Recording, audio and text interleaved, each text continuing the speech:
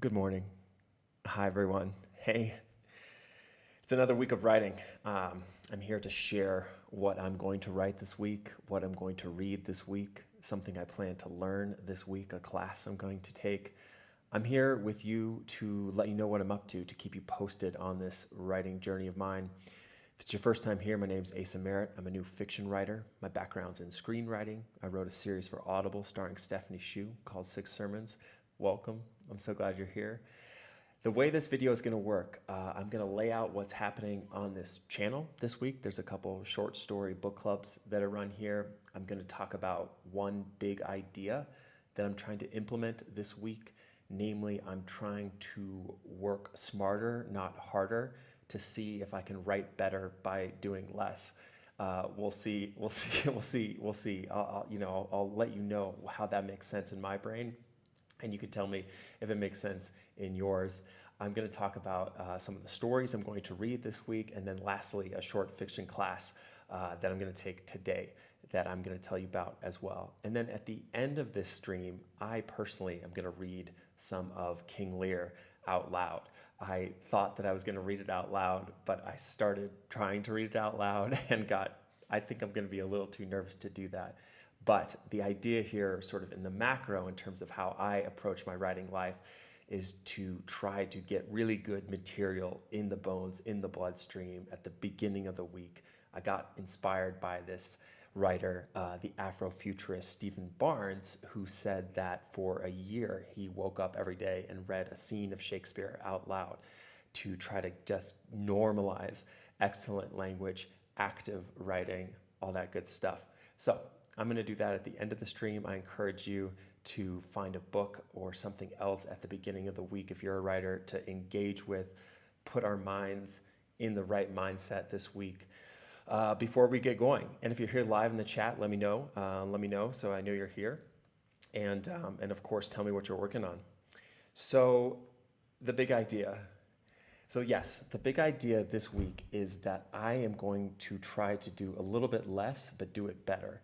I looked back at the goals I set last week, the writing goals that I had, the reading goals that I had, and essentially what I found is that I spent so much energy trying to reach the goals and being anxious about not achieving them that it wasn't really that productive of a week. In the times that I was working, I was kind of distracted and anxious, and it just wasn't good. So what I've done this week is I've made fewer goals, I've made smaller goals to really kind of feel like I'm making progress.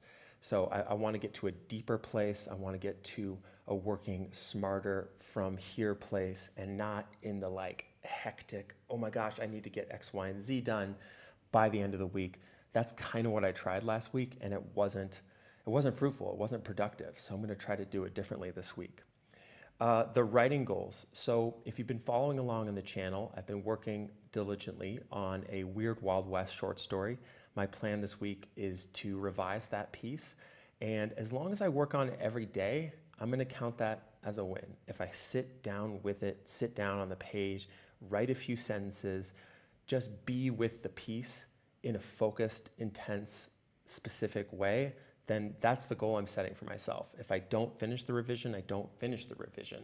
I'd like to, but if that doesn't happen, at least I'll have known that I've been with this story every day of the week, so that it stays fresh, so that it stays artistically dynamic, that all the things that I'm trying to sort out thematically and craft-wise, structurally, it just stays fresh, so it's just in the system. Additionally, I want to do what I said I would do last week, which is submit the short flash fiction pieces that I've written so far in this process. I've written 2, Sam and The Visit.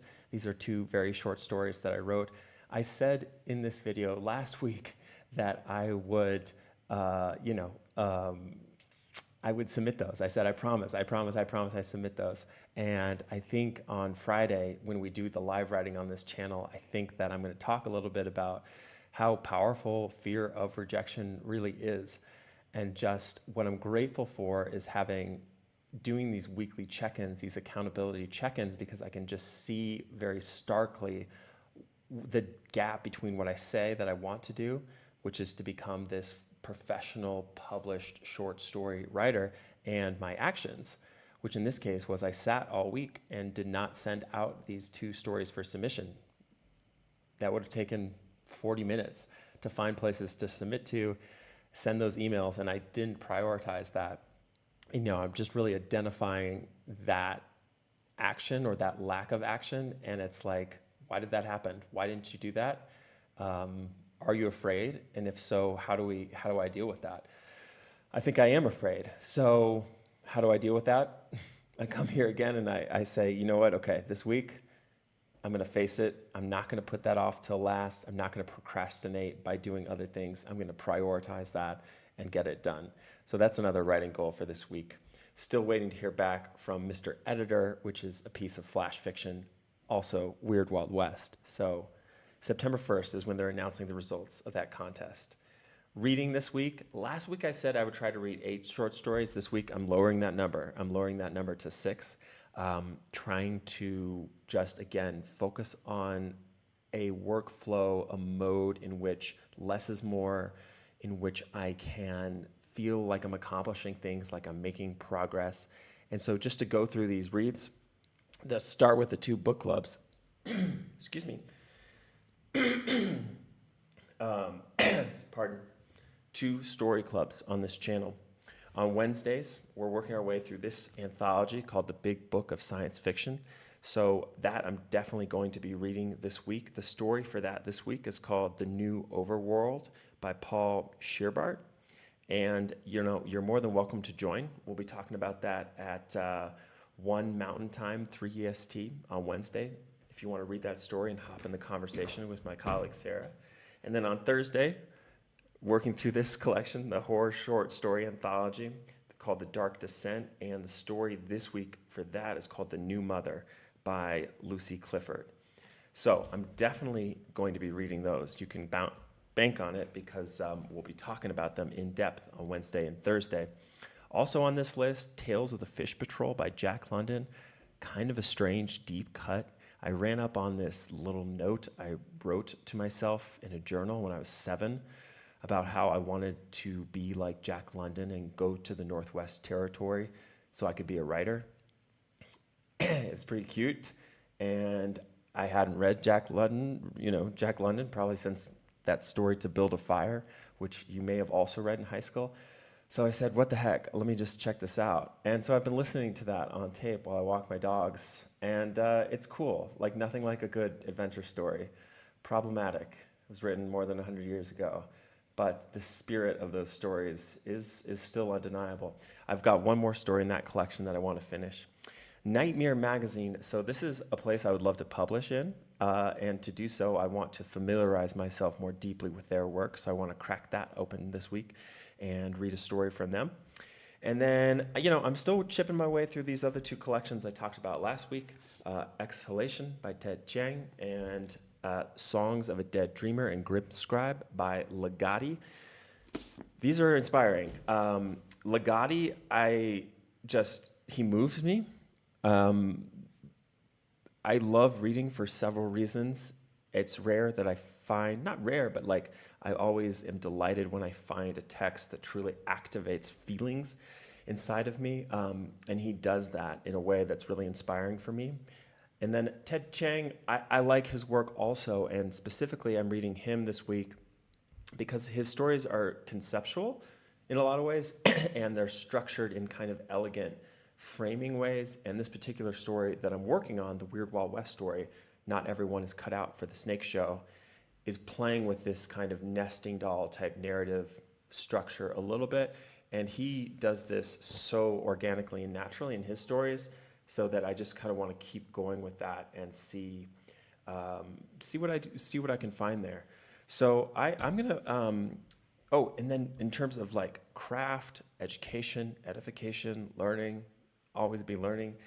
Today at noon, Scrivener is sponsoring this little lecture by Douglas Smith, who's a Canadian short story writer, called The Craft of Short Fiction. I took another workshop by this guy about playing the short game. He wrote a book called Playing the Short Game about kind of the trade of short stories, how to sell them, how to send them out, how to write cover letters, the importance of keeping your stories out there, which I have not done this week. Anyway, he just seems to be like kind of a committed educator, and a committed short story writer. And so I'm going to hop on for an hour and take his little webinar today. That's the learning piece. So that's where I'm at from kind of that's my week. That's my week ahead. And I think what I was going to do right now is read a little bit on the live stream. But I think actually it's best if I just kind of close it out here. Tell me in the comments if you're working on something this week, if you've read any of these things that I'm reading. And I'd love to see you later on this week. I'm going to be online all week, working tomorrow, a solid work session, Wednesday and Thursdays, these writer forward story book clubs that we have, learning how to write better by closely studying short stories. It's been really rewarding. This is the 4th week. And then on Friday, there'll be a live writing sprint in all likelihood. So welcome. Have a great week, everyone. I appreciate